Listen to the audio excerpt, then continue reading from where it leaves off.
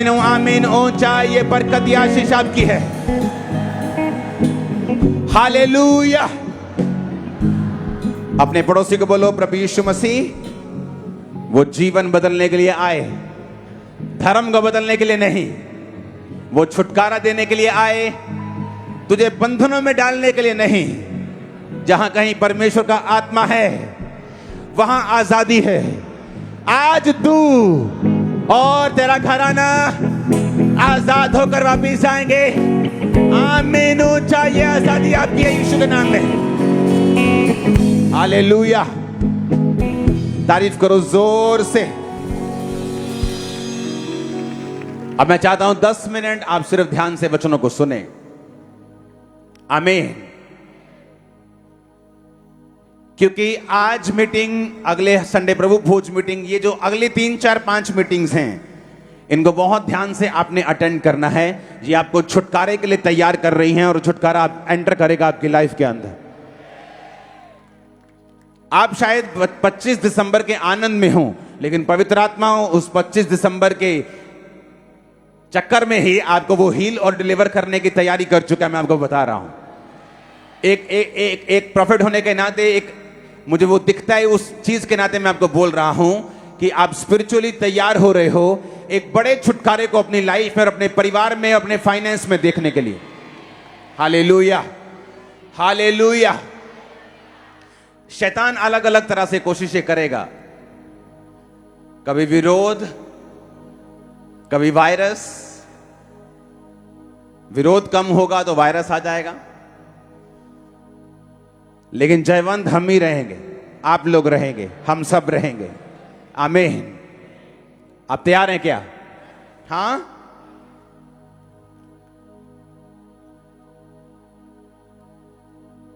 एक सीक्रेट जो मैंने मसीह में सीखा है और आपके लिए बहुत जरूरी है, वो ये है कि परमेश्वर अपने आप काम नहीं करता।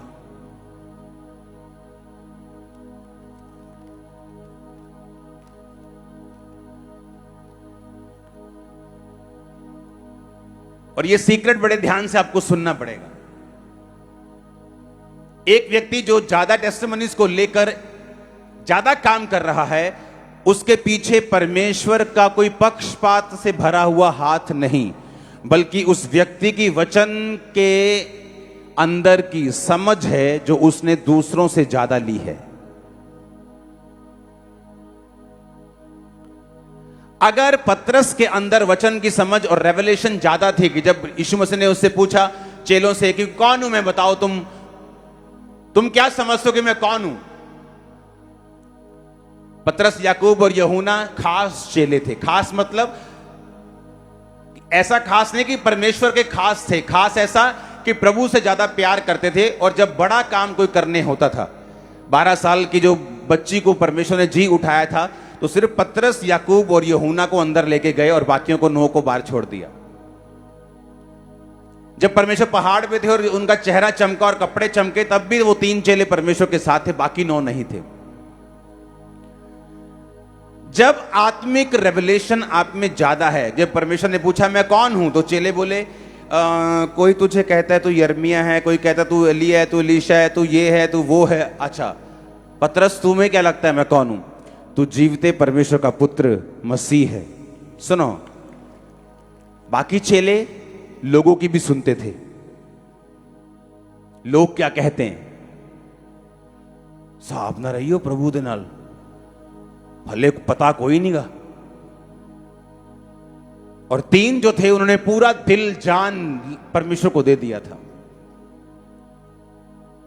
जीना मरना परमेश्वर के साथ कर लिया था। और जब आप ध्यान से उनका रिजल्ट देखेंगे तो परमेश्वर ने कहा पतरस से कि तू एक पत्थर है, मैं तुझ पर अपनी कलीसिया बनाऊंगा।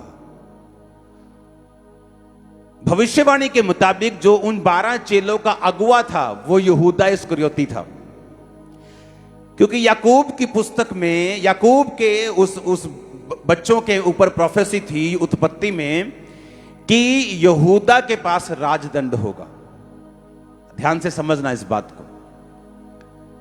और परमेश्वर ने यहूदा को पैसों की थैली दी थी, यानी उसे ट्रेजरर बना दिया था। मतलब क्या? उसे खजांची बना दिया था।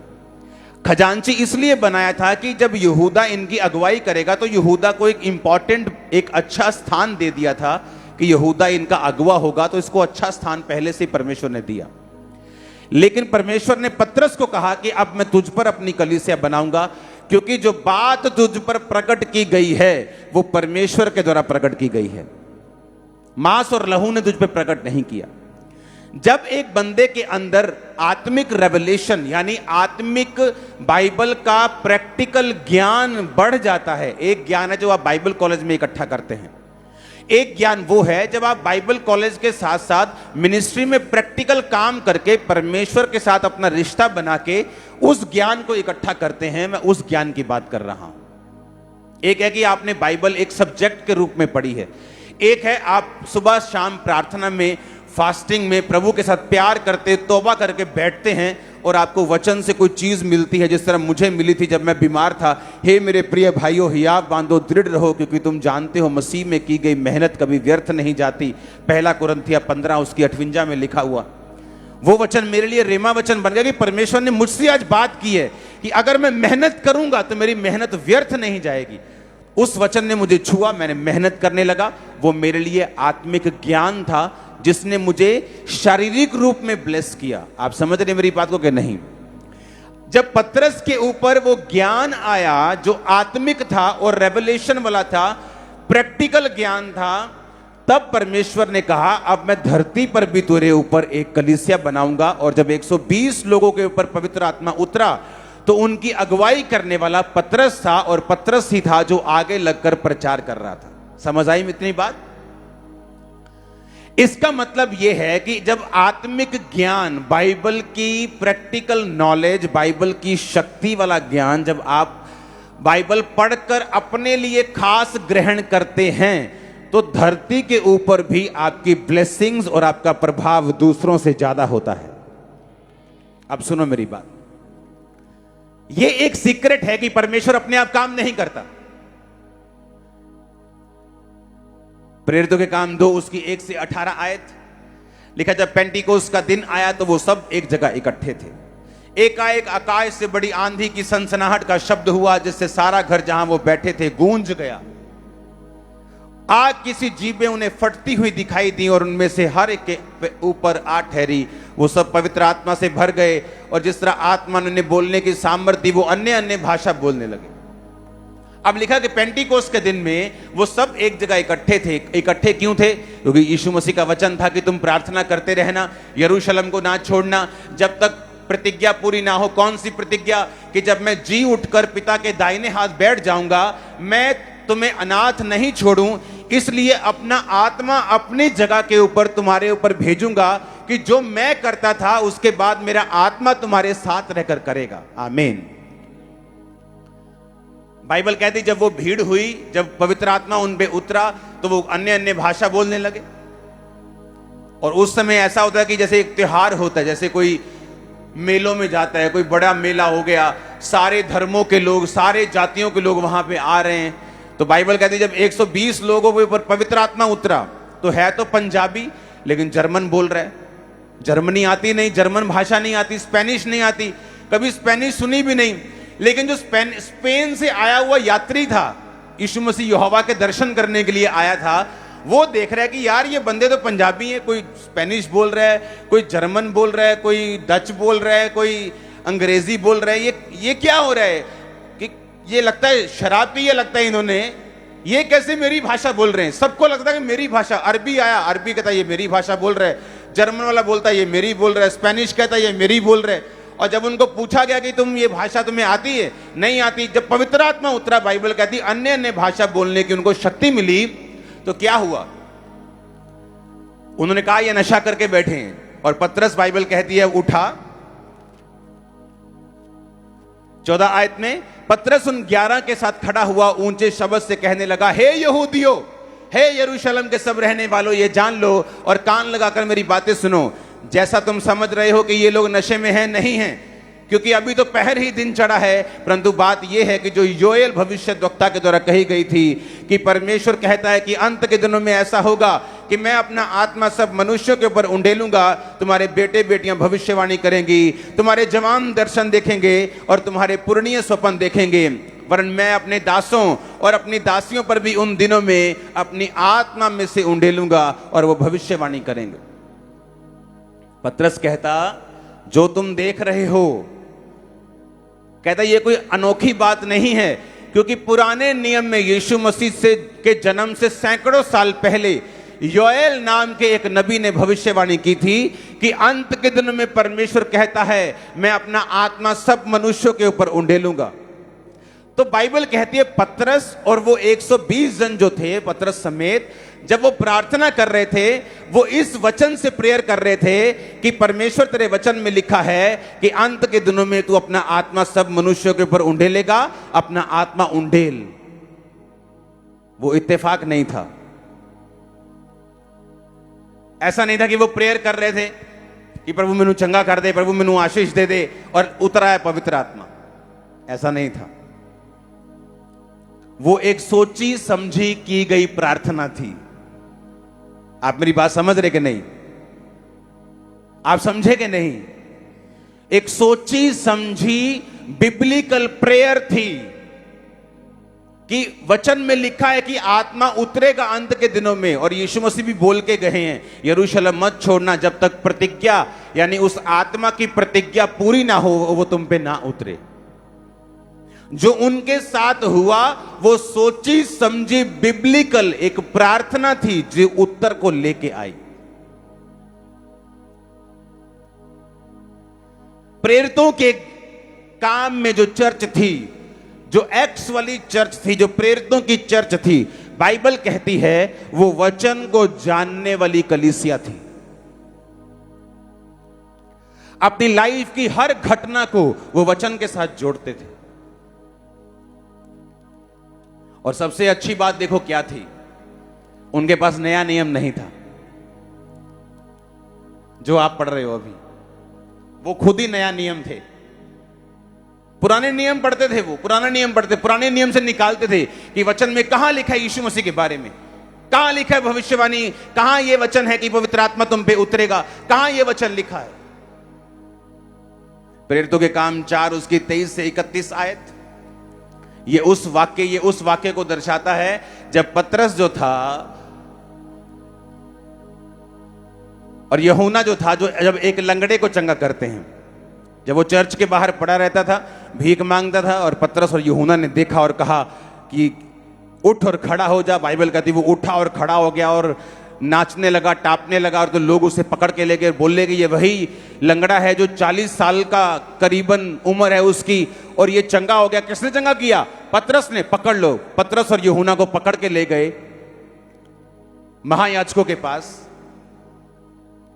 और महायाजकों ने बोला ओए किसने तुम्हें अधिकार दिया लंगड़ा जी, क्या किया तुमने? कहता हमने यीशु मसीह नासरी के नाम में उसे चंगा किया, जिसको तुमने तो क्रूस पर चढ़ा दिया, और उसी के नाम में इस लंगड़े व्यक्ति के साथ चंगियाई की गई है। उन्होंने धमका दिया, मारने लगे पहले तो लोग उनको बोलने लगे, अंदर ही उनकी मंडली के लोग, कि अगर ये परमेश्वर का काम है तो तुम भी नाश हो जाओगे। शैतान तो किसी लंगड़े को चंगा नहीं कर सकता, अगर परमेश्वर ने किया तो छोड़ दो परमेश्वर के ऊपर। ठप ठप बंद करो, बेस बंद करो। बाइबल कहती जब उनको धमका कर छोड़ दिया गया, वो अपने साथियों के पास आए। वो छूटकर अपने साथियों के पास आए, जो कुछ प्रधान याजकों और पुरनियों ने उनसे कहा था उनको सुना दिया। ये सुनकर 4 की 24 आयत, उन्होंने एक चित्त होकर ऊंचे शब्द से परमेश्वर से कहा, हे स्वामी तू वही है जिसने स्वर्ग और पृथ्वी और समुद्र और जो कुछ उसमें है बनाया। तूने पवित्र आत्मा के द्वारा अपने सेवक हमारे पिता दाऊद के मुख से कहा, अन्य जातियों ने हुल्लड़ क्यों मचाया, देश देश के लोगों ने व्यर्थ बातें क्यों सोची। ये कहां लिखा है वचन? भजन संहिता में। कहां लिखा है ये वचन? और जब वो प्रेयर कर रहे थे तो अपनी लाइफ को कंपेयर कर रहे थे, कहां इस घटना के लिए वचन कहां लिखा है। भजन संहिता का वचन निकालकर कहते हैं कि अन्य जातियों ने हुल्लड़ क्यों मचाया, देश देश के लोगों ने क्यों व्यर्थ बातें सोची। प्रभु और उसके मसीह के विरोध में पृथ्वी के राजा खड़े हुए और हाकिम एक साथ इकट्ठे हो गए, क्योंकि सचमुच तेरे सेवक यीशु के विरोध में जिसका तूने अभिषेक किया, हेरोदेस और पिलातुस पिलातुस भी अन्य जातियों और इस्राएलियों के साथ इस नगर में इकट्ठे हुए कि जो कुछ पहले से तेरी मति, तेरे सामर्थ्य और तेरी इच्छा से ठहरा था वही करें। हे प्रभु, उनकी धमकियों को देख और अपने दासों को वरदान दे कि तेरा वचन हम बड़े हियाव के साथ सुनाएं। चंगा करने के लिए अपने तू हाथ बढ़ा और चिन्ह और अद्भुत काम, साइंस एंड वंडर्स, जो इस चर्च का नाम भी है, तेरे पवित्र सेवक यीशु के नाम से किए जाएं। जो हमारी चर्च का नाम पड़ा वो इसी वचन से पड़ा है, पता है?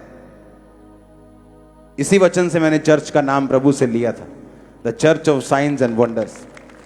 और लिखा, जब वो प्रार्थना कर चुके, वो स्थान जहां वो इकट्ठे थे हिल गया और वो सब फिर से पवित्र आत्मा से परिपूर्ण हो गए और परमेश्वर का वचन सुनाते रहे। और फिर वही स्थान हिला, फिर पवित्र आत्मा उतरा, क्योंकि एक बार पवित्र आत्मा उतरने से आप कुछ नहीं कर सकते। एक बार उतरा, जिस तरह से गाड़ी में आपको बार बार पेट्रोल डलवाना पड़ता है, इंजन ऑयल आपको हर बार चेंज करना पड़ता है 2 महीने में, क्योंकि वो काला हो जाता है।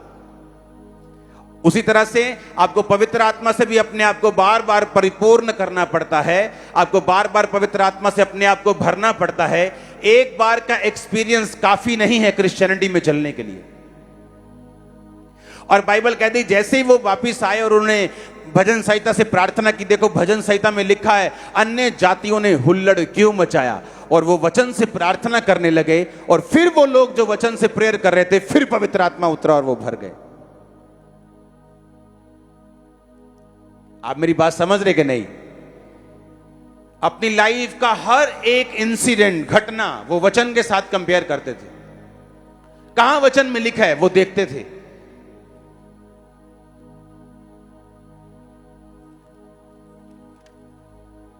भजन संहिता 64 उसकी 1 से 10 आयत। हे परमेश्वर, जब मैं तेरी दुहाई दूं तब मेरी सुन। शत्रु के उपजाए हुए भय के समय मेरे प्राण की रक्षा कर। कुकर्मियों की गोष्ठी यानी उनकी साजिशों से और अनर्थकारियों के हुल्लड़ से मेरी आड़ हो। उन्होंने अपनी जीभ को तलवार के समान तेज किया है और अपने कड़वे वचनों के तीरों को चढ़ाया है। कौन कह रहा है? ये दाऊद कह रहा है। दाऊद परमेश्वर के सामने प्रार्थना क्या कर रहा है कि परमेश्वर, जब मैं तेरी दुहाई दूं मेरे प्राण की रक्षा कर। कुकर्मियों की गोष्ठी यानी जो कुकर्मी लोग हैं उनकी साजिशों से, अनर्थकारियों के हुल्लड़बाजी से मेरी रक्षा कर। दाऊद कहता है मेरी आड़ हो। उन्होंने अपनी तलवार, जीभ को तलवार के समान तेज किया है, ताकि वे छिपके खड़े मनुष्य को मारे, और वो निडर होकर उसको मारते भी हैं। वे बुरे काम करने का हियाव बांधते हैं और फंदे लगाने के विषय बातचीत करते हैं और कहते हैं हमको कौन देखेगा। वे कुटिलता की युक्ति निकालते हैं और कहते हैं हमने पक्की स्कीम खोज कर निकाली है, क्योंकि मनुष्य का मन और हृदय अथाह है।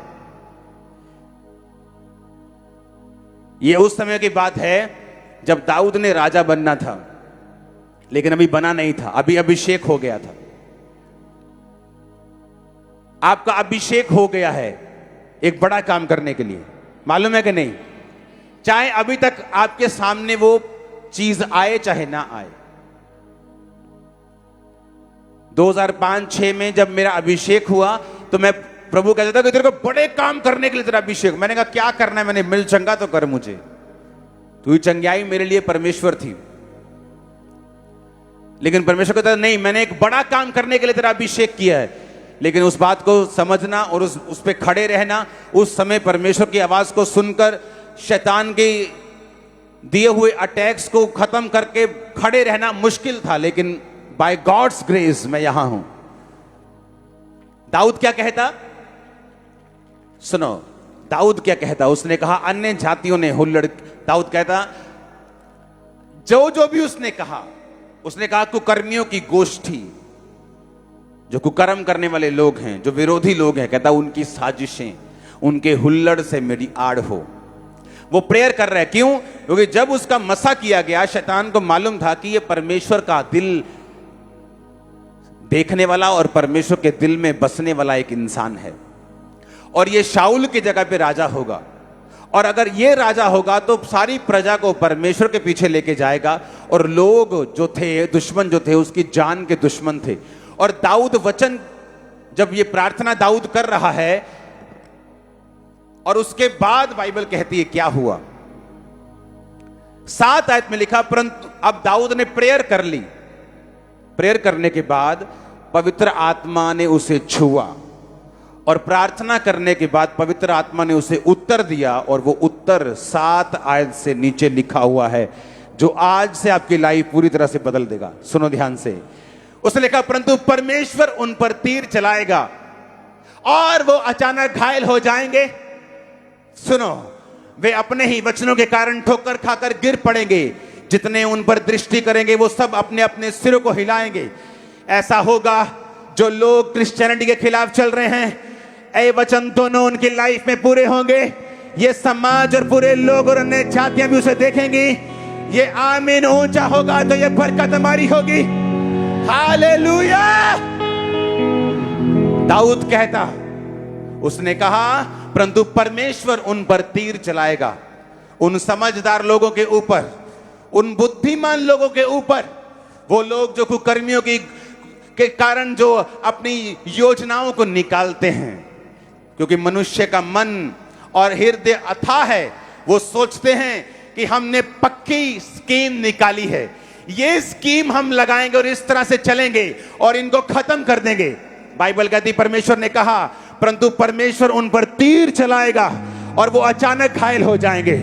सडनली कुछ ऐसा होगा कि वो अचानक घायल होंगे। सडनली कुछ ऐसा होगा कि वो तीरों से घायल होंगे। और परमेश्वर ने कहा, वो अपने ही वचनों के कारण ठोकर खाकर गिर जाएंगे, अपने ही वचनों के कारण। और जितने उनको देखेंगे अपना अपना सिर हिलाएंगे कि ये यहोवा का काम है, ये उसी कौम के परमेश्वर का काम है जिसको हम सताते आए हैं। आमीन ऊंचा तो ये बरकत आपकी है चर्च। आपको मालूम नहीं आने वाले टाइम में क्या होने वाला है। सताव बढ़ेगा, हाँ बढ़ेगा, बीमारियां बढ़ेंगी, अंधेरा बढ़ेगा, अभी और भी चीजें होंगी जो लोग नहीं चाहते हों। लेकिन एक बात को याद रखना, परमेश्वर आपकी साइड खड़ा है। उसने कहा अपने ही तीरों से वो घायल हो जाएंगे। जो युक्ति पक्की उन्होंने खोज निकाली है, उस युक्ति की ऐसी की तैसी परमेश्वर कर देगा, उसका नाश कर देगा, सर्वनाश कर देगा। आमीन ऊंचा। ये बरकत आपके परिवारों के अंदर जा रही है चर्च। आज सुनो मेरी बात, ये दाऊद का वचन नहीं था, ये आज खुदा का वचन था मेरे लिए और आप लोगों के लिए। ये पंजाब की कलीसिया के लिए वचन है। परमेश्वर ने कहा, तब सारे लोग डर जाएंगे और परमेश्वर के कामों का बखान करेंगे और उसके कार्यक्रम को भली भांति समझेंगे। तब लोग समझ जाएंगे कि पंजाब में जो हो रहा है, ये धर्म परिवर्तन नहीं हो रहा, ये परमेश्वर के नाम में दिल परिवर्तन हो रहा है।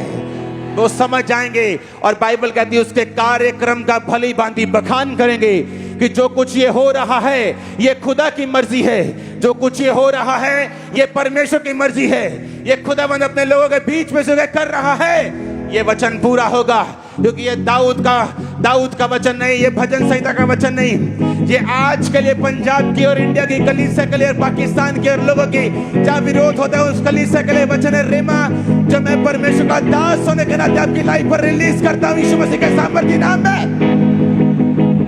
उसने कहा, धर्मी तो यहोवा के कारण आनंदित होकर उसके शरणागत होगा और सब सीधे मन वाले बढ़ाई करेंगे। आप बढ़ाई करने वाले हैं अपने परिवारों के समेत, आप बढ़ाई करने वाले यहोवा खुदा की यीशु के नाम में। मैंने कहा बढ़ाई करने वाले यीशु मसीह के सामर्थ्य नाम में। आमीन ऊंचा। हर मौत की योजना कैंसिल है आप लोगों के लिए, हर एक्सीडेंट की योजना कैंसिल है आप लोगों के लिए। परमेश्वर के स्वर्गदूत आपके साथ है, आपको सुरक्षित रखेंगे यीशु मसीह के नाम में। शैतान की सारी योजनाएं नाश है यीशु मसीह के सामर्थ्य नाम में। मैंने कहा शैतान की सारी प्लानिंग नाश है यीशु मसीह के नाम में। आमीन आमीन हो जाइए। बरकत आपकी है। हालेलुया। वो वचन जो पतरस ने पढ़ा वो लिखा तो सैकड़ों साल पहले था, लेकिन पूरा तब हुआ। ये वचन जो दाऊद ने लिखा था ये आपके लिए लिखा था, खामरा कलीसिया। ये आपके लिए लिखा था पंजाब की कलीसिया, ये आपके लिए लिखा है इंडिया की कलीसिया, एशिया की कलीसिया, ये आपके लिए लिखा था मिस्र की कलीसिया, शताब पाने वाली कलीसिया, ये आपके लिए था। उसने कहा, परमेश्वर ने कहा, जब मैं अपने तीनों को चलाऊंगा तो लोग मेरे कार्यक्रम का बखान करेंगे, लोग बताएंगे कि मैं कितना महान हूं, लोग बताएंगे ये सब कुछ जो हो रहा है ये परमेश्वर की मर्जी से हो रहा है। तब सारे लोग डर जाएंगे और परमेश्वर के कामों का बखान करेंगे, उसके कार्यक्रम को भली भांति समझेंगे। धर्मी तो यहोवा के कारण आनंदित होकर उसका शरणागत होगा, सीधे मन वाले बड़ाई करेंगे।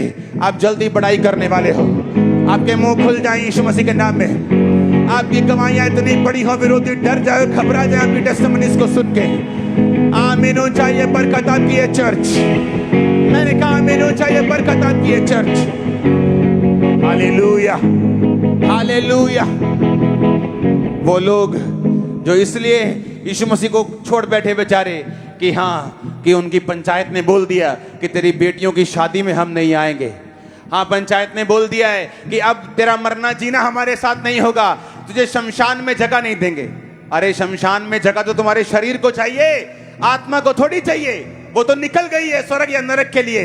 जीसस में मरो, न स्वर्ग में जाओ, नरक में मत जाओ। हालेलुया। इमेजिन को जब खुदाबंद अपना बड़ा काम करेंगे और लोग वो वापिस आएंगे, लोग फिर से, और सोचो परमेश्वर के सामने एक काले धब्बे के साथ वो वापिस आएंगे कि जब खड़े होने का टाइम था हमने उसको छोड़ दिया था, जब खड़े होने का टाइम था हमने यीशु मसीह को छोड़ दिया।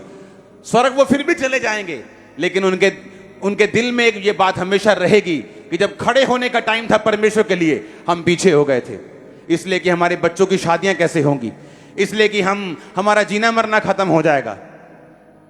अरे हर हर हर हर, हर डिस्ट्रिक्ट में जगह पड़ी, आप मरो तो सही, आपको दबा देंगे, इतना ही मरने का शौक है। अरे आपको जीने के लिए बुलाया खुदाबंद ने। जो आपको कैंसर से चंगा कर सकता है, आपके बच्चों की शादी भी धूमधाम से कर सकता है। जो आपको 15 साल बाद बच्चा दे सकता है, जब मेडिकल साइंस हार गई, वो आपके बच्चों की शादी भी अच्छी तरह से कर सकता है। लेकिन जब खुदा के साथ खड़े होने का टाइम था, जब तब खड़े नहीं हुए, तो एक मन में हमेशा रहेगा। जैसे दोस्त होते हैं ना, दोस्त, पक्के दोस्त, जब उसकी दोस्ती में उसको जरूरत हो और वो खड़ा ना हो, बाद में चाहे वो आ जाए और उसका दोस्त तुझे एक्सेप्ट भी कर ले, लेकिन उसके दिल में हमेशा ये रहता है कि जब खड़े होने का समय था ये खड़ा नहीं हुआ था।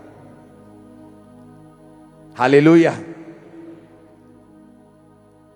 जब पैसों की बारिश हो रही तो सब प्रीच कर सकते हैं, लेकिन जब विरोध की बारिश हो रही हो और कोई प्रीच कर सकता हो, समझ लेना कि खुदाबंद के साथ प्यार करने वाला इंसान है फिर। आमीन। और अब खड़े होने का टाइम है, क्योंकि वो अपने कार्यक्रम का बखान करने वाला है। आप देखेंगे क्या होता है, क्योंकि लड़ने वाले हम नहीं, खुदा हमारे साथ लड़ता है। इसलिए हमने हथियार नहीं उठाए, आपको हथियार उठाने के लिए नहीं बोला, क्योंकि जो परमेश्वर का तीर है, जो उसके वचन का हथियार है, वो हमारे हथियारों से कहीं अधिक ऊपर है। वो आर्मी जिनके पास लोहे के रथ होते थे, उस जमाने की आप लगा लो कि परमाणु शक्तियां जो थीं, उनको परमेश्वर ने लाल समुद्र में डुबोकर मार दिया था। परमाणु शक्तियों को निहत्थे लोगों से मरवा दिया था। हमारा ऐसा परमेश्वर है, वो कहता तुम्हें लड़ने की जरूरत नहीं, खड़े रहो और देखो यहोवा तुम्हारे लिए क्या करता है। क्या सॉन्ग है वो बोला?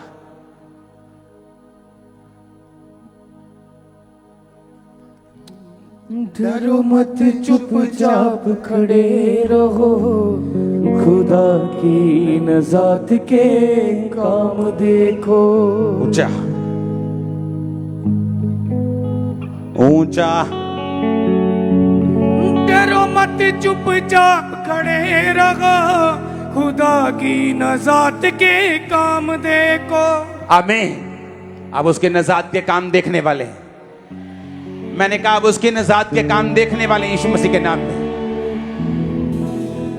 इस टाइम के ऊपर जो आपके साथ हो रहा है, क्या आपको मालूम है वचन कहां आपको सपोर्ट करता है? मैंने तो अपना ढूंढ लिया है। कि मेरा छुटकारा तो वचन के बीच से ही निकलेगा, मुझे मालूम। मेरी हीलिंग भी इसी से निकली, मेरी डिलीवरेंस भी वचन पढ़ते हुए ही निकली, मेरा छुटकारा भी इसी से निकला, इस विरोध का छुटकारा भी इसी से निकल गया है। आपको क्या पता है अपनी लाइफ के लिए? भजन संहिता 107 उसकी 20 आयत में लिखा, वो अपने वचन के द्वारा उनको चंगा करता और जिस गड्ढे में वो पड़े हैं उनको निकालता है। अब समझ आई इस वचन की? कैसे चंगा करता है वो? अपने वचन के द्वारा। कि वचन में लिखा है धर्मी का वंश बचाया जाएगा। एक औरत जिसके अंदर यह वचन घुस जाए वो बेबी से रहित कभी नहीं रह सकती। जिसको मालूम है वो क्रिश्चियन होने का क्या फायदा है, वो कभी भी सारी उम्र आशीषों से वंचित नहीं रह सकता, वो कभी भिखारी बन के नहीं रह सकता। बात वचन के पता होने की है। आपकी लाइफ में क्या आपको चाहिए और वचन में वो कहां लिखा है। इसलिए घरों में जाओ, बाइबल को पढ़ो। वचन सुनना अच्छी बात है, सुनो, लेकिन बाइबल को पढ़ना मत छोड़ो।